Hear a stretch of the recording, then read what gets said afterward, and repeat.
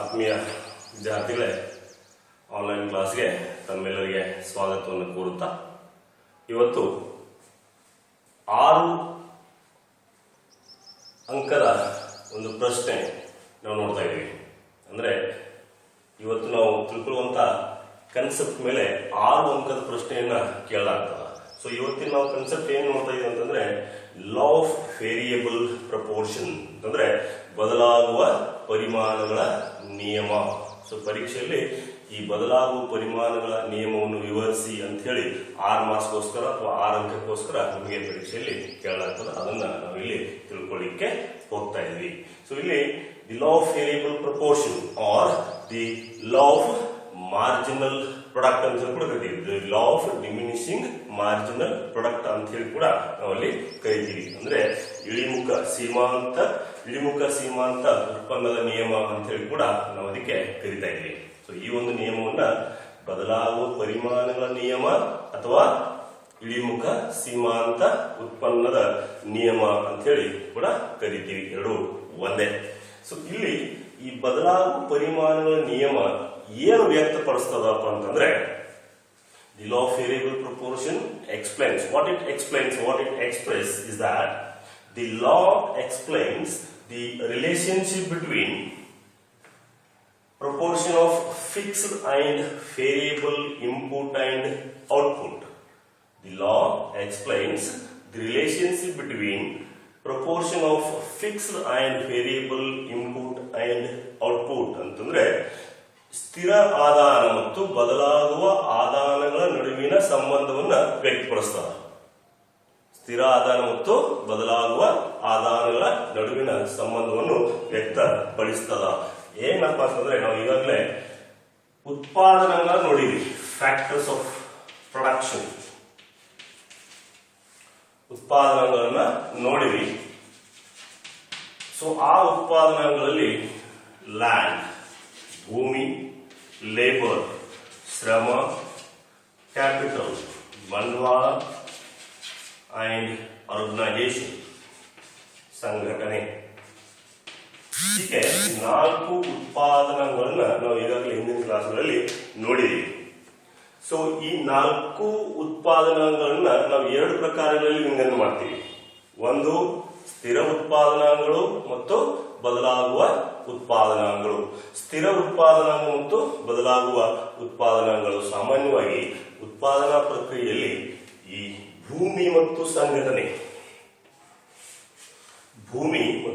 ಸಂಘಟನೆಯನ್ನ ನಾವು ಸ್ಥಿರ ಉತ್ಪಾದನಾಂಗಗಳು ಅಂತೇಳಿ ಪರಿಗಣಿಸ್ತೀವಿ. ಯಾಕಪ್ಪ ಅಂತಂದ್ರೆ ಈ ಭೂಮಿ ಮತ್ತು ಸಂಘಟನೆ ಏನಿದೆ ಅವುಗಳನ್ನ ಅಷ್ಟು ಬೇಗನೆ ಬದಲಾವಣೆ ಮಾಡಲಿಕ್ಕೆ ಆಗೋದಿಲ್ಲ, ಅಂದ್ರೆ ಹೆಚ್ಚು ಅಥವಾ ಕಡಿಮೆ ಮಾಡಲಿಕ್ಕೆ ಆಗೋದಿಲ್ಲ. ಅದಕ್ಕಾಗಿ ಭೂಮಿ ಮತ್ತು ಸಂಘಟನೆಯನ್ನ ನಾವು ಸ್ಥಿರ ಉತ್ಪಾದನಾಂಗಗಳು ಅಂತೇಳಿ ಪರಿಗಣಿಸ್ತೀವಿ. ಶ್ರಮ ಮತ್ತು ಬಂಡವಾಳವನ್ನ ನಾವು ಬದಲಾಗುವ ಉತ್ಪಾದನಾಂಗಗಳು ಅಂತೇಳಿ ಪರಿಗಣಿಸ್ತೀವಿ. ಯಾಕಂತಂದ್ರೆ ಈ ಶ್ರಮ ಮತ್ತು ಬಂಡವಾಳವನ್ನ ನಾವು ಸ್ವಲ್ಪ ಬೇಗನೆ ಏನ್ ಮಾಡಬಹುದು, ಬದಲಾಯಿಸಿಕೊಳ್ಳಬಹುದು, ಬೇಗನೆ ಹೆಚ್ಚು ಅಥವಾ ಕಡಿಮೆ ಮಾಡಿಕೊಳ್ಳಬಹುದು. ಹಾಗಾಗಿ ಶ್ರಮ ಮತ್ತು ಬಂಡವಾಳವನ್ನ ಬದಲಾಗುವ ಉತ್ಪಾದನಾಂಗಗಳು, ಭೂಮಿ ಮತ್ತು ಸಂಘಟನೆಯನ್ನ ಸ್ಥಿರ ಉತ್ಪಾದನಾಂಗಗಳು ಅಂತೇಳಿ ಕರಿತೀವಿ. ಸೊ ಯಾವುದೇ ಉತ್ಪಾದನಾ ಪ್ರಕ್ರಿಯೆಯಲ್ಲಿ ಈ 4 ಉತ್ಪಾದನಾ ಘಟಕಗಳು, ಈ 4 ಉತ್ಪಾದನಾಂಗಗಳು ಅತ್ಯವಶ್ಯಕವಾಗಿವೆ. ಹಾಗಾಗಿ ಈ ಬದಲಾಗುವ ಪರಿಮಾಣಗಳ ನಿಯಮ ಏನು ವಿವರಿಸದಪ್ಪ ಅಂತಂದ್ರೆ ಸ್ಥಿರ ಉತ್ಪಾದನಾಂಗಗಳು ಮತ್ತು ಬದಲಾಗುವ ಉತ್ಪಾದನಾಂಗಗಳ ನಡುವಿನ ಸಂಬಂಧವನ್ನ ವ್ಯಕ್ತಪಡಿಸ್ತದ. ಸ್ಥಿರ ಉತ್ಪಾದನಾಂಗಗಳು ಮತ್ತು ಬದಲಾಗುವ ಉತ್ಪಾದನಾಂಗಗಳ ನಡುವಿನ ಸಂಬಂಧವನ್ನು ವ್ಯಕ್ತಪಡಿಸ್ತಾ ಇದೆ.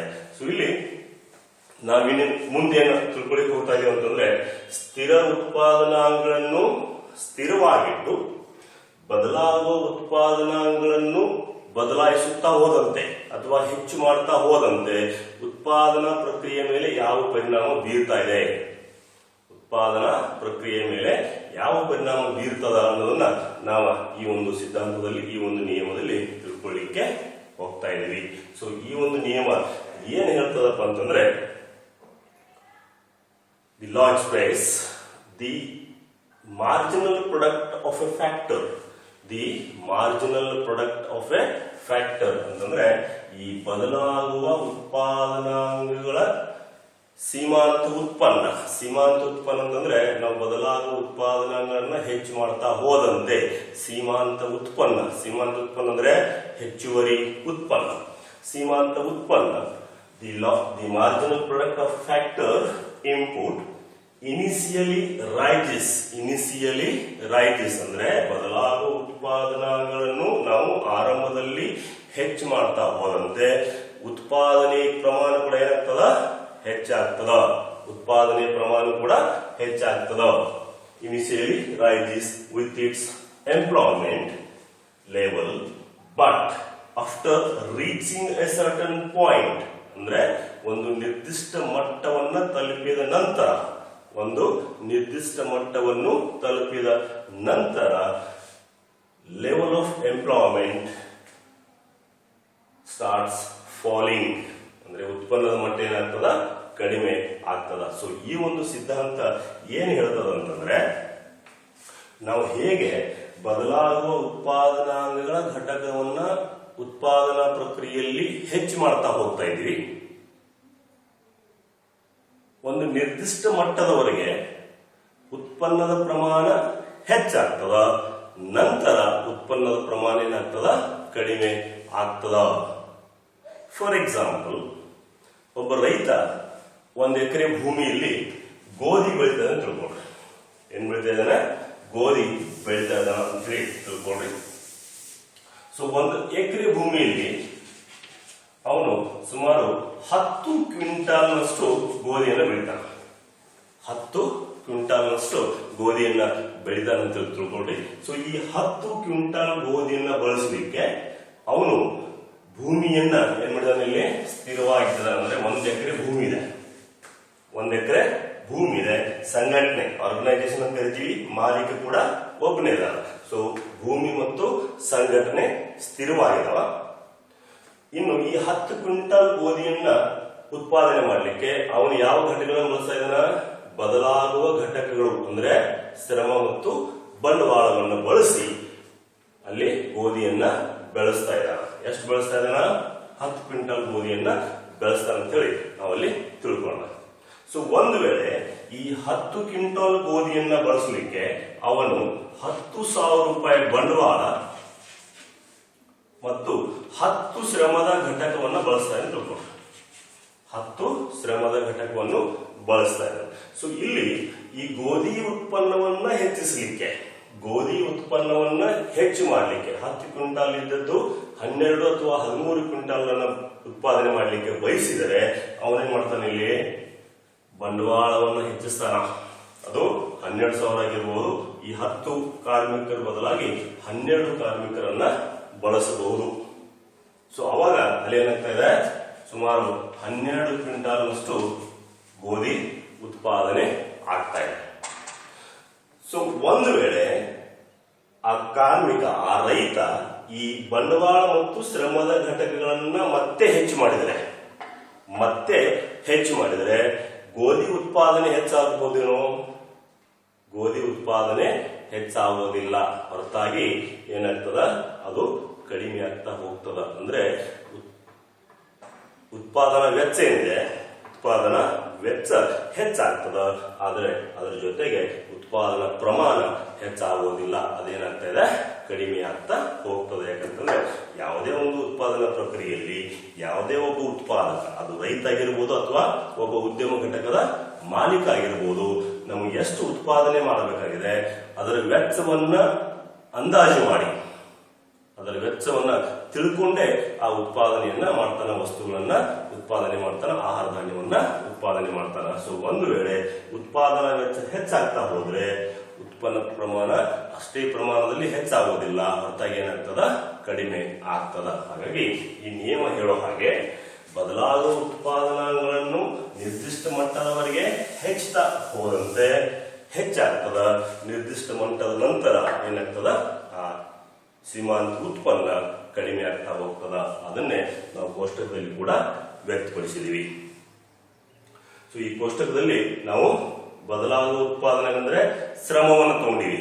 ಸೊ ಈ ಶ್ರಮದ ಪ್ರಮಾಣ ಹೆಚ್ಚಾದಂತ ಹೋದಂತೆ, ಕಾರ್ಮಿಕರ ಪ್ರಮಾಣ ಹೆಚ್ಚು ಮಾಡದ ಹೋದಂತೆ ಒಟ್ಟು ಉತ್ಪನ್ನ ಎಲ್ಲಿವರೆಗೆ ಹೆಚ್ಚಾಗ್ತದೆ ನೋಡ್ರಿ, 3ನೇ ಘಟಕದವರೆಗೆ ಹೆಚ್ಚಾಗ್ತಾ ಇದೆ. ಆ ಹೆಚ್ಚಾಗೋದನ್ನ ನಾವು ಸೀಮಾಂತ ಉತ್ಪನ್ನದಲ್ಲಿ ತೋರಿಸಿದೀವಿ. ಮೊದಲನೇ ಘಟಕ ಕಾರ್ಮಿಕರನ್ನು ಬಳಸಿದ್ರೆ 10 ಘಟಕಗಳಷ್ಟು ಉತ್ಪಾದನೆ ಮಾಡಬಹುದು. ಎರಡನೇ ಕಾರ್ಮಿಕರನ್ನ ಅಥವಾ ಎರಡನೇ ಶ್ರಮದ ಘಟಕವನ್ನು ಬಳಸಿದ್ರೆ 14 ಘಟಕಗಳಷ್ಟು ಉತ್ಪಾದನೆ ಮಾಡಬಹುದು. ಆಮೇಲೆ 16, ಆಮೇಲೆ 10, ಆಮೇಲೆ 5, ಆಮೇಲೆ 1. ಸೊ ಇಲ್ಲಿ 3ನೇ ಘಟಕದವರೆಗೆ ಸೀಮಾಂತ ಉತ್ಪನ್ನ ಏನಾಗಿದೆ, ಹೆಚ್ಚಾಗ್ತಾ ಹೋಗಿದೆ. 3ನೇ ಘಟಕದ ನಂತರ ನಾವು ಮತ್ತೆ ಬದಲಾಗುವ ಉತ್ಪಾದನಾಂಗಗಳು ಅಥವಾ ಮತ್ತೆ ಶ್ರಮದ ಘಟಕವನ್ನ ಹೆಚ್ಚು ಬಳಸ್ತಾ ಹೋದಂತೆ ಏನಾಗಿದೆ, ಇಲ್ಲಿ ಸೀಮಾಂತ ಉತ್ಪನ್ನ ಕಡಿಮೆ ಆಗ್ತಾ ಹೋಗಿದೆ. ಹಾಗಾಗಿ ಆ ನಿಯಮದ ಪ್ರಕಾರ ನಾವು ಶ್ರಮದ ಘಟಕ ಅಥವಾ ಬದಲಾಗುವ ಉತ್ಪಾದನಾಂಗಗಳನ್ನು ಹೆಚ್ಚಿಸ್ತಾ ಹೋದಂತೆ ಸೀಮಾಂತ ಉತ್ಪನ್ನ ನಿರ್ದಿಷ್ಟ ಮಟ್ಟದವರೆಗೆ ಹೆಚ್ಚಾಗಿ ನಂತರ ಕಡಿಮೆ ಆಗುತ್ತದೆ ಅನ್ನೋದನ್ನ ನಾವು ಈ ಕೋಷ್ಟಕದಲ್ಲಿ ಗಮನಿಸಬಹುದು. ಸೊ ಈ ಕೋಷ್ಟಕದ ಆಧಾರದ ಮೇಲೆ ನಾವೇನ್ ಮಾಡ್ತಾ ಇದೀವಿ, ಈ ಒಂದು ನಿಯಮವನ್ನ ಈ ರೇಖಾಚಿತ್ರದ ಮೂಲಕ, ಒಂದು ಡೈಗ್ರಾಮ್ ಮೂಲಕ ವಿವರಣೆ ಮಾಡಿದ್ದೀವಿ. ಓಕೆ, ಇಲ್ಲಿ ಡೈಗ್ರಾಮ್ ನಲ್ಲಿ OX ಆಕ್ಸಿಸ್ ಮೇಲೆ ಏನ್ ಮಾಡಿದೀವಿ, ಕಾರ್ಮಿಕರ ಘಟಕವನ್ನ ಎಣಿಕೆ ಮಾಡಿದೀವಿ. OY ಆಕ್ಸಿಸ್ ಅಲ್ಲಿ ಒಟ್ಟು ಉತ್ಪನ್ನ, ಸೀಮಾಂತ ಉತ್ಪನ್ನ ಮತ್ತು ಸರಾಸರಿ ಉತ್ಪನ್ನವನ್ನ ಮಾಪನ ಮಾಡಿದೀವಿ. TP ಇದು ಒಟ್ಟು ಉತ್ಪನ್ನ ರೇಖೆಯಾಗಿದೆ. AP ಇದು ಸೀಮಾಂತ ಉತ್ಪನ್ನ ರೇಖೆಯಾಗಿದೆ. MP ಇದು ಸೀಮಾಂತ ಉತ್ಪನ್ನ ರೇಖೆಯಾಗಿದೆ. AP ಇದು ಸರಾಸರಿ ಉತ್ಪನ್ನ ರೇಖೆ ಆಗಿದೆ. ಸೊ ಇಲ್ಲಿ ಈ ರೇಖಾಚಿತ್ರದಲ್ಲಿ ಏನ್ ನೋಡ್ತಾ ಇದೀವಿ ನಾವು, ಶ್ರಮದ ಘಟಕಗಳನ್ನ ಹೆಚ್ಚಿಸ್ತಾ ಹೋದಂತೆ ಒಟ್ಟು ಉತ್ಪನ್ನ ಹೆಚ್ಚಾಗ್ತಾ ಹೋಗಿದೆ. ಆದ್ರೆ ಆ ಹೆಚ್ಚಾಗುವಂತ ಪ್ರಮಾಣ ಏನಾಗಿದೆ, ಕಡಿಮೆ ಆಗ್ತಾ ಹೋಗಿದೆ. ಹೆಚ್ಚಾಗುವಂತ ಪ್ರಮಾಣ ಏನಾಗಿದೆ, ಕಡಿಮೆ ಆಗ್ತಾ ಹೋಗಿದೆ ಅನ್ನೋದನ್ನ ನೋಡ್ತಾ ಇದೀವಿ. ಸೀಮಾಂತ ಉತ್ಪನ್ನ ಆರಂಭದಲ್ಲಿ ಹೆಚ್ಚಾಗಿದೆ, ಆರಂಭದಲ್ಲಿ ಹೆಚ್ಚಾಗಿದೆ, ಆಮೇಲೆ ಏನಾಗಿದೆ, ಕಡಿಮೆ ಆಗಿದೆ. ಸರಾಸರಿ ಉತ್ಪನ್ನ ಕೂಡ ಆರಂಭದಲ್ಲಿ ಹೆಚ್ಚಾಗಿ ನಂತರ ಕಡಿಮೆ ಆಗಿದೆ. ಸೊ ಇಲ್ಲಿ AP ಮತ್ತು MP ರೇಖೆಗಳು ಏನಾಗಿದೆ, ಛೇದಿಸಿದೆ. ಅಂದ್ರೆ ಏನರ್ಥ ಕೊಡ್ತದ, ಸೀಮಾಂತ ಉತ್ಪನ್ನ ಅತಿಯಾಗಿ ಕಡಿಮೆ ಆಗ್ತದ, ಆದ್ರೆ ಸರಾಸರಿ ಉತ್ಪನ್ನ ಅತಿಯಾಗಿ ಕಡಿಮೆ ಆಗೋದಿಲ್ಲ. ಅಷ್ಟು ಅಂದ್ರೆ ಸರಾಸರಿ ಉತ್ಪನ್ನ ಅಷ್ಟು ಬೇಗನೆ ಕಡಿಮೆ ಆಗೋದಿಲ್ಲ. ಹಾಗಾಗಿ ಆ ಎರಡು ರೇಖೆಗಳ ಛೇದಿಸ್ತಾವ. ಸೊ ಒಟ್ಟಿನಲ್ಲಿ ಈ ರೇಖಾಚಿತ್ರ ಏನು ವ್ಯಕ್ತಪಡಿಸೋದು ಅಂತಂದ್ರೆ, ಶ್ರಮದ ಘಟಕಗಳನ್ನ ಹೆಚ್ಚಿಸ್ತಾ ಹೋದಂತೆ ಒಟ್ಟು ಉತ್ಪನ್ನ ಆಗಿರ್ಬೋದು, ಸೀಮಾಂತ ಉತ್ಪನ್ನ, ಸರಾಸರಿ ಉತ್ಪನ್ನ ಆರಂಭದಲ್ಲಿ ಹೆಚ್ಚಾಗಿ ನಂತರ ಕಡಿಮೆ ಆಗುತ್ತವೆ ಅಂತ ಹೇಳಿ ಅಲ್ಲಿ ಡಯಾಗ್ರಾಮ್ ಮೂಲಕ ನಾವು ತಿಳ್ಕೊಳ್ಬಹುದು. ಓಕೆ, ಸೊ ಇಲ್ಲಿವರೆಗೆ ನಾವು 6 ಅಂಕದ ಪ್ರಶ್ನೆಯನ್ನ ನೋಡಿದೀವಿ. ಪರೀಕ್ಷಾ ದೃಷ್ಟಿಯಿಂದ ಒಂದು ಅತ್ಯಂತ ಮಹತ್ವಪೂರ್ಣವಾದಂತ ಕನ್ಸೆಪ್ಟ್. ಸೊ ಈ ಒಂದು ಪ್ರಶ್ನೆ ನಿಮ್ಮ ಪರೀಕ್ಷೆಯಲ್ಲಿ ಕೇಳಿದ್ರೆ ನೀವೇನೇನು ಬರೀಬೇಕಲ್ಲಿ, ಪೀಠಿಕೆಯನ್ನ ಬರೀಬೇಕು, ಸಿದ್ಧಾಂತವನ್ನ ಬರೀಬೇಕು. ಆ ಸಿದ್ಧಾಂತವನ್ನ ಒಂದು ಕೋಷ್ಟಕದ ಮೂಲಕ ವಿವರಿಸುವಂತ ಪ್ರಯತ್ನ ಮಾಡಬೇಕು. ಆಮೇಲೆ ಕೋಷ್ಟಕದ ಆಧಾರದ ಮೇಲೆ ಡೈಗ್ರಾಮ್ ತೆಗಿಬೇಕು. ಡೈಗ್ರಾಮ್ ಅನ್ನ ತೆಗೆದು ಆ ಡೈಗ್ರಾಮ್ ವಿವರಣೆಯನ್ನ ನೀವೇನ್ ಮಾಡಬೇಕು, ಎಕ್ಸ್ಪ್ಲೈನ್ ಮಾಡಬೇಕು. ಅದನ್ನ ಎಕ್ಸ್ಪ್ಲೈನ್ ಮಾಡಿದಾಗ ನಿಮಗೆ ಪೂರ್ತಿಯಾಗಿ 6 ಅಂಕ ಸಿಗಬಹುದು. ಓಕೆ, ಇದರ ಮುಂದಿನ ಭಾಗವನ್ನ